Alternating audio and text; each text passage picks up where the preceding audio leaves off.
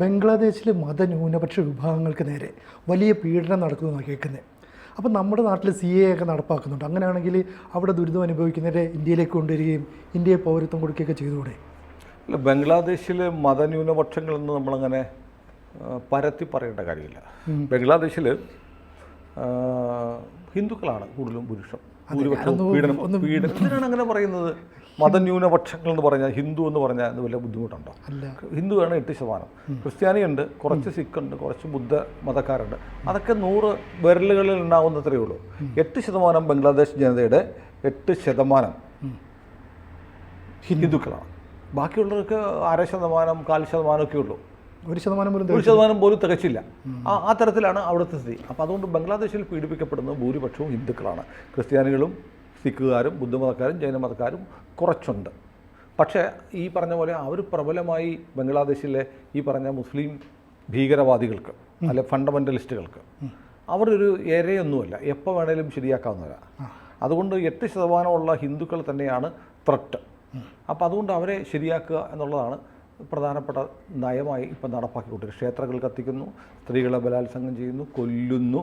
ഹിന്ദു പേരുള്ള രാഹുൽ ആനന്ദ് എന്ന് പറഞ്ഞ ഒരു പുരോഗമന മതേതര CPM അവിടുത്തെ CPMകാരനെയും കെട്ടിത്തൂക്കി തല്ലിക്കൊന്നു. ഇത്രയൊക്കെ പറ്റി. അതുകൊണ്ട് ഒരുപക്ഷെ അയാളെ തല്ലിക്കൊന്നതുകൊണ്ടായിരിക്കാം ഇപ്പോൾ ഇന്നലെ CPMൻ്റെ കേന്ദ്ര കമ്മിറ്റി ബംഗ്ലാദേശിലെ ഹിന്ദു ഹത്യയെക്കുറിച്ച് ഒരു സ്റ്റേറ്റ്മെൻറ്റ് ഇറക്കിയിട്ടുണ്ട്, അപലപിച്ചിട്ടുണ്ട്.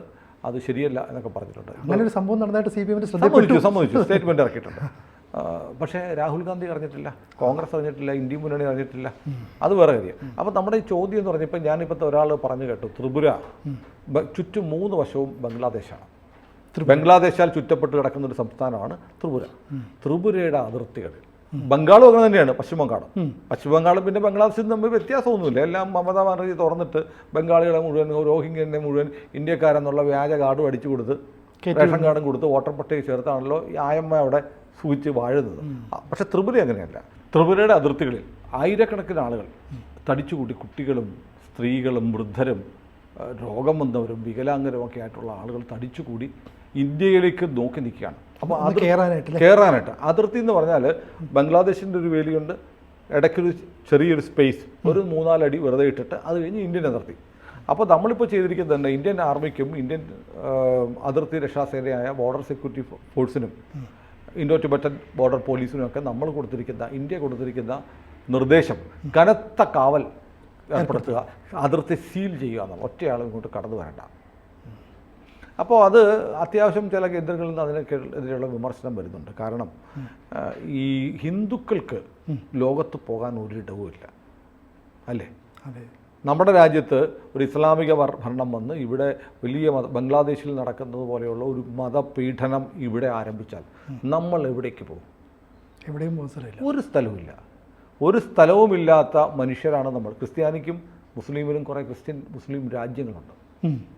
പക്ഷെ നമുക്ക് ഹിന്ദുക്കൾക്കാണ് എങ്ങോട്ടും പോകാൻ സ്ഥലമില്ലാത്തത്. ബുദ്ധമതക്കാർക്കും പോകാൻ സ്ഥലമുണ്ട്, ജൈനർക്കും പോകാൻ സ്ഥലമുണ്ട്, സിഖുകാർക്കും ഹിന്ദുക്കൾക്കുമാണ് പോകാൻ ഇടമില്ലാത്ത സ്ഥലം. അപ്പോൾ അതുകൊണ്ട് ഇവിടെ നിന്ന് പിഴച്ചല്ലേ പറ്റൂ. അതുപോലെ അവിടുത്തെ ഹിന്ദുക്കൾക്ക് പോകാൻ ഒരിടമുണ്ട്, അത് ഇന്ത്യയാണ്. അതുകൊണ്ട് അവർ വളരെ വിലാപത്തോടെ പ്രാർത്ഥനയോടെ ഇന്ത്യയുടെ അതിർത്തിയിൽ വന്ന് നിൽക്കുമ്പോൾ നരേന്ദ്രമോദിയുടെ സർക്കാർ യന്ത്രത്തോക്കുമായി ഭടന്മാരെ നിർത്തി ഒറ്റയെണ്ണം ഇങ്ങോട്ട് വരരുത് എന്ന് പറയുന്നത് ധാർമ്മികതയാണോ എന്നൊരു ചോദ്യമുണ്ട്. ആ കൂട്ടത്തിൽ അവർ ചോദിക്കുന്നത്, നിങ്ങൾ CAA കൊണ്ടുവന്നില്ലേ? CAA കൊണ്ടുവന്നതിൻ്റെ ലക്ഷ്യം എന്താണ്? മതപീഡനം മൂലം ഇന്ത്യയുടെ അതിർത്തി രാജ്യങ്ങളായ പാകിസ്ഥാൻ, ബംഗ്ലാദേശ്, അഫ്ഗാനിസ്ഥാൻ തുടങ്ങിയ രാജ്യങ്ങളിൽ നിന്ന് രക്ഷപ്പെട്ട് ഇന്ത്യയിൽ അഭയാർത്ഥികളായി വരുന്നവർക്ക് ഇന്ത്യൻ പൗരത്വം നൽകുമെന്നല്ലേ CAA പറയുന്നത്? അങ്ങനെ ഉണ്ടെങ്കിൽ ഈ നിരാലംബരായ, പോകാൻ ഇടമില്ലാത്ത, അവിടെ നിന്നാൽ കൊല്ലപ്പെടുമെന്ന് ഉറപ്പുള്ള ഈ പാവപ്പെട്ട മനുഷ്യരെ ഇന്ത്യയിലേക്ക് സ്വീകരിച്ചുകൂടെ എന്നൊരു ചോദ്യം ചില ദേശീയവാദികളും ഹിന്ദു സ്നേഹികളും ഒക്കെ ചോദിക്കുന്നുണ്ട്. നമ്മൾ നോക്കുമ്പോൾ വൈകാരികമായി ശരിയാണ്. ഇന്ത്യയിലല്ലാതെ പോകാൻ ഇടമില്ല, നമുക്ക് വേണേൽ അവരെ സ്വീകരിക്കാം. ഇന്ത്യയിൽ വേണ്ട 50,000 5 ലക്ഷമോ ഒക്കെ നുഴഞ്ഞുകയറ്റക്കാർ, റോഹിംഗ്യക്കാർ 50,000 പേര് കയറിയിട്ടുണ്ടെന്ന് പറയുന്നു. 5 ലക്ഷത്തോളം ബംഗ്ലാദേശികൾ ഇന്ത്യയിൽ ഇപ്പോൾ അനധികൃതമായി താമസിക്കുന്നുണ്ടെന്ന് വരുന്നു. അങ്ങനെ ഇരിക്കെ ഒരു 10,000-10,000 ഹിന്ദുക്കളെ കൂടി സ്വീകരിച്ചാൽ എന്താണ് എന്ന് ചോദിച്ചാൽ കേന്ദ്ര സർക്കാരിന് വലിയ ബുദ്ധിമുട്ടൊന്നും ഉണ്ടാവത്തില്ല ഇവിടെ. പക്ഷേ ഹിന്ദുക്കളെ വേറെ രാജ്യങ്ങളിൽ നിന്ന് സ്വീകരിച്ചാൽ ഇവിടുത്തെ മതേതര ഇടതുപക്ഷ ലിബറലുകൾക്ക് സഹിക്കില്ല, മാധ്യമങ്ങൾ സമ്മതിക്കത്തില്ല. റോഹിംഗ്യനെയാണെങ്കിൽ നമ്മൾ സ്വീകരിക്കണം, ഹിന്ദുക്കളെ സ്വീകരിക്കാൻ പാടില്ല. സാങ്കേതികമായി പക്ഷേ അങ്ങനെ കേന്ദ്ര സർക്കാർ സ്വീകരിക്കുന്നതിന് ബുദ്ധിമുട്ടുമുണ്ട്. കാരണം CAA എന്ന് പറയുന്നത് 2014 വരെ ഇന്ത്യയിൽ വന്ന ആളുകളെ സംരക്ഷിക്കാനുള്ള, അവർക്ക് പൗരത്വം നൽകാനുള്ള നിയമമാണ്. എന്നാൽ പൗരത്വം ഇല്ലാതെ ഇന്ത്യയിൽ അഭയാർത്ഥികളായിട്ട് കഴിയുന്നില്ല ഹിന്ദുക്കളെന്ന് ചോദിച്ചാൽ ഉണ്ട്. ഇപ്പോൾ കഴിഞ്ഞ ദിവസമാണ് കർണാടകയിൽ കുറച്ച് പേർക്ക് CAA പ്രകാരം പൗരത്വം കൊടുത്തത്. അപ്പോൾ അങ്ങനെ ചെയ്യാൻ കഴിയും.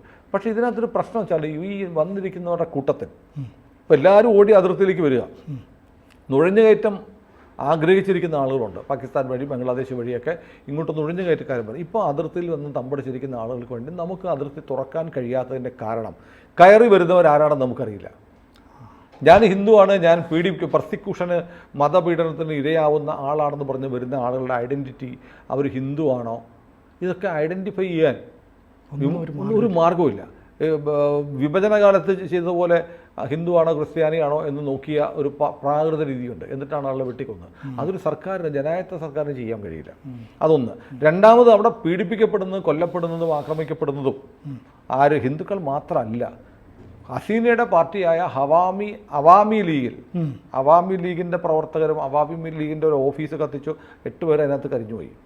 അവാമി ലീഗിൻ്റെ പ്രവർത്തകരെയും വ്യാപകമായി BNPയും ജമായത്തെ ഇസ്ലാമിയും ഈ അവരുടെ പിണിയാളുകളായ, അവരുടെ കൂലിപ്പടയായ ഈ വിദ്യാർത്ഥികളെന്ന് പറഞ്ഞ അക്രമി സംഘവും ചേർന്ന് റസാക്കേഴ്സ് എന്ന് ഹസീന പറഞ്ഞൊന്നും പറഞ്ഞില്ലെന്നും പറഞ്ഞാൽ, പക്ഷെ ബാർബേറിയന്മാരാണ്. കിരാതമായ രീതിയിൽ മനുഷ്യനെ കൊല്ലുന്ന, മനുഷ്യനോട് ക്രൂരത കാണിക്കുന്നതിന് ഒരു മടിയുമില്ലാത്ത. ഇന്നലെ ഒരു വീഡിയോ ഉണ്ട്, സിനു കൊണ്ടുവന്ന ഒരു സ്ത്രീയെ തല്ലിക്കൊന്നിട്ട് നിലത്തൂടെ കാലിൽ കയറ് കെട്ടി വലിച്ചുകൊണ്ട് പോവാണ്. ഒരു ഹിന്ദു സ്ത്രീയെ ഒരു പാലാരിവട്ടം പാലം പോലെയുള്ള പാലത്തിൻ്റെ തൂണുകളിൽ കെട്ടിത്തൂക്കിയിട്ടിരിക്കുകയാണ്. മനുഷ്യനെ കാലിൽ കെട്ടിത്തൂക്കിയിട്ടിരിക്കുക. ഹിന്ദുക്കളാണ്.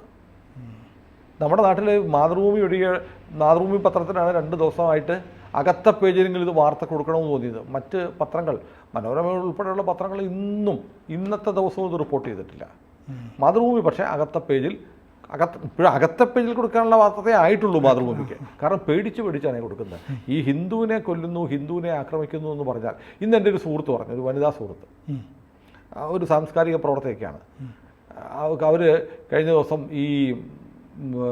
ഈ ബംഗ്ലാദേശിൽ നടക്കുന്ന ഈ കാര്യം വളരെ ക്രൂരമാണ്, ഇങ്ങനെ കൊല്ലുന്നു പറഞ്ഞപ്പോഴത്തേക്ക് പറഞ്ഞാൽ അവരെ വിളിച്ച് ചോദിച്ചത്രേ, നിങ്ങൾ ക്രിസംഗിയായി വന്നു. അങ്ങനെ പറഞ്ഞു, ക്രിസംഗിയായി വന്നു.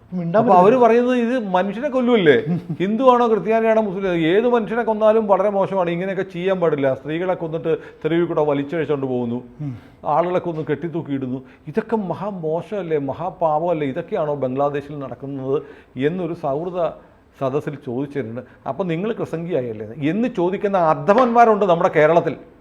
അവരെ പേടിച്ചിട്ടായിരിക്കും മാതൃഭൂമിയൊക്കെ ഇങ്ങനെ ചെയ്യുന്നത്. മനോരമയ്ക്ക് പേടിയാണ്. ഈ കേരളത്തിൽ, ഇന്ത്യയിൽ ഏറ്റവും കൂടുതൽ പ്രചാരമുള്ള പത്രമാണെന്നൊക്കെ പറഞ്ഞിട്ട് ഈ നിക്കറെ മുള്ളുന്ന ചില പിള്ളേരെക്കാളും പേടിയാണ് മലയാള മനോരമ ദിനപത്രത്തിൽ. കാരണം പല കാര്യങ്ങളുണ്ട്, പരസ്യം പോവും, സർക്കുലേഷൻ പോവും, പത്രങ്ങളുടെ സർക്കുലേഷൻ വ്യാപകമായി ഇടിഞ്ഞുകൊണ്ടിരിക്കുക. ഹിന്ദുവിൻ്റെ സർക്കുലേഷൻ പോയാലും കുഴപ്പമില്ല, പക്ഷേ മറ്റുള്ളവരുടെ സർക്കുലേഷനും മാത്രമല്ല, മറ്റുള്ളവരുടെ പരസ്യം. കാരണം വ്യാപാര വ്യവസായ സ്ഥാപനങ്ങളുടെ പരസ്യങ്ങൾ ഈ മനോരമ ദിനപത്രത്തിൽ, അല്ലെങ്കിൽ മാതൃഭൂമി ദിനപത്രത്തിൽ, അല്ലെങ്കിൽ കേരളമതി, മംഗളം, ഏത് പത്രമാവട്ടെ, ടൈംസ് ഓഫ് ഇന്ത്യ ഉൾപ്പെടെയുള്ള പത്രങ്ങളിൽ 1-ാം പേജിൽ പല ദിവസവും വാർത്തയ്ക്ക് പകരം വലിയ പരസ്യം വരുന്നത് ജാക്കറ്റ് പരസ്യം എന്ന് പറയുന്നത്. ജാക്കറ്റ് പരസ്യത്തിന് മിനിമം 200% വർധന സാധാരണ റേറ്റിലേക്കാണ്. അപ്പോൾ ഒരു പരസ്യം ജാക്കറ്റ് അടിച്ച് വരണമെങ്കിൽ വിചാരിക്കുന്ന തുകയെന്നില്ല, കോടികളാവും. അടുപ്പിച്ച് 4-5 ദിവസം. കേരളത്തിൽ ഒരു സ്ഥാപനം പത്രങ്ങൾക്ക്, ഒരു പത്രത്തിന് ഒരു വർഷത്തിനുള്ളിൽ 12 ജാക്കറ്റ് കൊടുക്കുന്നതാണ്. അപ്പോൾ എത്ര വലിയ എമൗണ്ടാണെന്ന് നോക്കൂ. ഏത് സ്ഥാപനമൊന്നും ഏത് പത്രമൊന്നും ഞാൻ പറയുന്നില്ല. ഇതിപ്പോൾ നമ്മൾ ഈ പരസ്യം മാർക്കറ്റിംഗ് രംഗത്ത് ബന്ധമുള്ള ആൾക്കൊക്കെ അറിയാം ജാക്കറ്റ് എഡിഷൻ എത്ര വന്നു. നമ്മൾ എണ്ണിയാൽ മതി. ഇനിയിപ്പോൾ ഓണ സീസൺ വരും, എത്ര ജാക്കറ്റ് പരസ്യം വരുന്നുണ്ട്, അത് ആരുടെയൊക്കെയാണ് എന്ന് പരിശോധിക്കണം. നമ്മുടെ വീട്ടിൽ 2 പത്രമൊക്കെ വരും. അതെ, 2 പത്രമൊക്കെ വരും. ഓണത്തിന് 2 പത്രം വരും. അപ്പോൾ അല്ല, നമ്മൾ തമാശയായിട്ടില്ല. അപ്പോൾ ഇതൊക്കെ തരുന്ന പരസ്യ ക്ലയൻസ് ഉണ്ട്. അവർ പറയാണ്, ഞങ്ങൾ ഈ ഹിന്ദുക്കളെ മുസ്ലിങ്ങൾ കൊല്ലുന്നു എന്നുള്ള വാർത്ത ബംഗ്ലാദേശിൽ നിന്നാട്ടെ എവിടെ നിന്നാണെങ്കിലും വന്നാൽ ഞങ്ങളുടെ പരസ്യം തരത്തില്ല, നമ്മൾ പരസ്യം തരില്ല. അത് പലസ്തീനിലെ ഹമാസുകൾ, ഭീകരവാദികൾ ഇസ്രയേലിൽ കയറി 1500 പേരെ കൊന്നത് കുറ്റമല്ല. അത് അവർ വിമോചന പോരാട്ടമാണ്. വിമോചന പോരാട്ടത്തിൻ്റെ ഭാഗമാണ് അത്ര ബലാത്സംഗം. വിമോചന പോരാട്ടം, സ്വാതന്ത്ര്യ സമര പോരാളികൾ നടത്തുന്നതാണ് ബലാത്സംഗം. നമ്മൾ കണ്ടതാണ്. ആ സ്ത്രീകളെ ബലാത്സംഗം ചെയ്ത് കൊന്നിട്ട് ജഡം വലിച്ച് പിക്കപ്പ് വാനിലിട്ടുകൊണ്ട് പോകുന്നത്, കുട്ടികളുടെ കഴുത്തറക്കുന്നത്, അതൊന്നും അതൊക്കെ പോരാട്ടമാണ്. അതേസമയം ഹമാസിന് നേരെ ഇസ്രായേൽ നടത്തുന്ന തിരിച്ചടിയുടെ വാർത്ത നമ്മൾ കൊടുത്തിരിക്കണം. ഇതാണ് ഒരു പുതിയ ഇക്വേഷൻ. അപ്പോൾ ഇങ്ങനെയുള്ള നാരേറ്റീവ്സ് ഓടുന്ന ഒരു കാലത്ത് ഇന്ത്യ ഗവൺമെൻറ് ഇതിനകത്ത് ചെയ്യാൻ പറ്റുന്നതിന് പരിമിതികളുണ്ട്. ഞാൻ പറഞ്ഞ പോലെ ഈ അതിർത്തിയിൽ വന്ന് നിൽക്കുന്നവരുടെ കൂട്ടത്തിൽ ഹിന്ദുക്കളുണ്ടാവാം, അവാമി ലീഗുകാരുണ്ടാവാം. നാളെ ഈ അവാമി ലീഗുകാരൻ ഇവിടെ വന്നിട്ട് കുടിയേറി പൗരത്വം കിട്ടിക്കഴിഞ്ഞാൽ അവർ എന്താവുന്നതെന്ന് പറയാൻ പറ്റും. നാളെ പോയി പോപ്പുലർ ഫ്രണ്ട് ചേരുമെന്ന് ആർക്കറിയാം. ഇനി അക്കൂട്ടത്തിൽ മനഃപൂർവ്വം ഈ ഗേറ്റെങ്ങാനും തുറന്നു കിട്ടിയാൽ ഇങ്ങോട്ട് കടന്നു കയറാൻ ഉദ്ദേശിക്കുന്ന തീവ്രവാദികളും ഉണ്ടാവാം. അപ്പോൾ ഇവരൊക്കെ വെരിഫൈ ചെയ്ത് കയറ്റിയെടുക്കും എന്ന് പറഞ്ഞാൽ പ്രായോഗികമല്ല. ഒരുപാട് സാങ്കേതിക പ്രശ്നമുണ്ട്. പിന്നെ ഇന്ത്യക്ക് വേണം ചെയ്യാവുന്നത് ഇന്ത്യയുടെ ആഭ്യന്തര സമാധാനത്തെ ബാധിക്കുന്ന തരത്തിലുള്ള വലിയ അഭയാർത്ഥി പ്രവാഹം ഉണ്ടാവുകയാണെങ്കിൽ സൈനികമായി വേണമെങ്കിൽ ഇന്ത്യക്ക് ഇടപെടാം.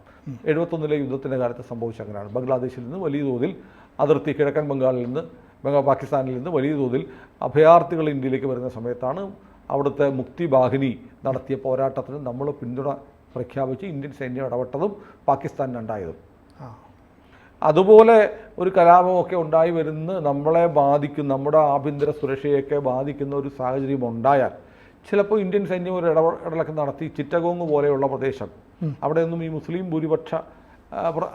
എല്ലായിടത്തും ഭൂരിപക്ഷമാണെങ്കിലും കുറച്ചുകൂടെ ഒരു ഇന്ത്യ ആഭിമുഖ്യമുള്ള പ്രദേശമൊക്കെയാണ് ചിറ്റഗോങ്ങൊക്കെ. അവിടെയൊക്കെ വേണമെങ്കിൽ